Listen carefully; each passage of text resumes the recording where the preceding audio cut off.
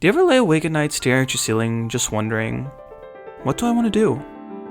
Some people, they know right from the beginning, having a dream since they were a child, pursuing it with all their heart.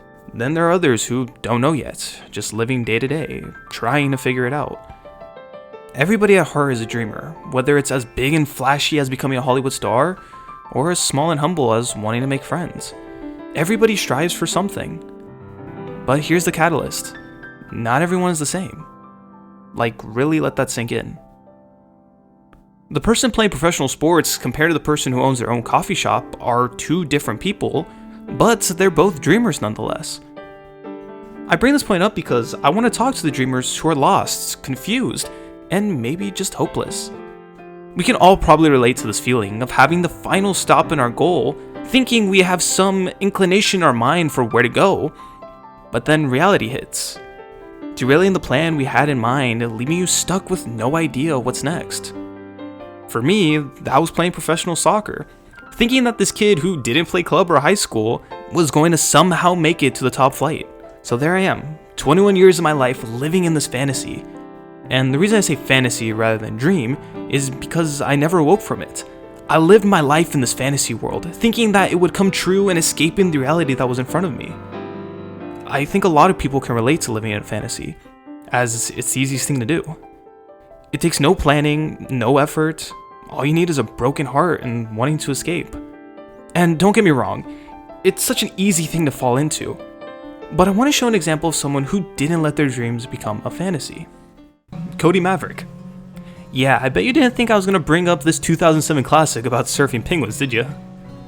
Cody is the epitome of a dreamer, wanting to leave the life that he has in order to pursue something greater, something that people don't see. That dream is surfing. He wants to be like Big Z. He wants to be a winner. And one day he gets his shot when a talent scout comes to Shiverpool, the cruddy little town he lives in, to see what he's made of. But unfortunately, there's no waves. And of course, since it's Hollywood, the talent agent just leaves. And this is the decision that Cody makes. It's either stand at the beach or go after him. He risks life and limb, dignity, everything, chasing down the whale in order to make sure he gets a spot to go in the contest, with it working. But I want to go back to the moment on the shoreline. I bet a lot of us have been here, standing at the edge of what we thought was our big shot, only for not to be what we envisioned, leaving us with a decision. Do we either turn around and fantasize about what could have been, or do we take that leap and strive to keep chasing in a different way? I think there are quite a few who have stood on that shoreline and turned around, and being fully transparent, so have I. And it's painful living with that regret. Now, others may have taken that leap at the first opportunity, but again, we are all different. The important thing for those left on the shore is, when it comes back again, will you remember the pain of last time and will you leap with everything you've got? I made this video because, honestly, I thought I had found my dream job, only for it to not to go as planned and ended in me being let go. And to be real, it hurt. Thinking that you would accomplish your dreams only to be back where you started. And that's where we find Cody after making the ESPN top 10 fails of the week, getting stung by a sea urchin, with the icing on the cake being pissed on by Zeke. Cody's too ashamed to go home. He's just as ashamed to go back to the beach, with his frame of mind being, Big Z said, never give up and always find a way, because that's what winners do. And it's funny what a loser I became. It's heartbreaking to hear that, and maybe it hits close to home for a good few of us. But you know what starts to get Cody back out of this rut? It's Zeke. Zeke helped Cody refine his skills as a mentor, but also finding the joy in surfing as a friend. So sometimes what we feel is our worst moment can be the start of something better. Being honest, it was bittersweet because no one wants to be let go from a job they wanted. But at the same time, it was revealed to me that maybe this isn't actually what I want.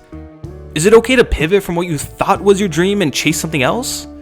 Yeah, because as people, we grow and we change in lives, our desires as well. And I know stopping something to try another thing is scary, especially in this modern day and age where it seems like everyone is a million steps ahead of you and have accomplished everything you wish you can do. But again, everyone is different. Take that risk, do something different, just try. There's a scene that comes to mind from the movie Moneyball, where Jonah Hill's character shows a video of one of their players and shows the up to bat of their catcher, who is a big boy. With it being stated, he wanted to try something different, something he has never done in his career. He wanted to round first and hit a double. In that plate appearance, he's able to get a piece of the ball, and like a track horse with blinders on, he takes off for first base, powering his way to the bag. And as he grazes first base, fully committed to reaching second, his footing gives out, and we see him wipe out, desperately crawling back to first base, while the crowd are just laughing and jeering at him. The thing is, everyone wasn't laughing, mocking him at his failure. Instead, they were laughing at the fact he didn't notice he had hit a homer.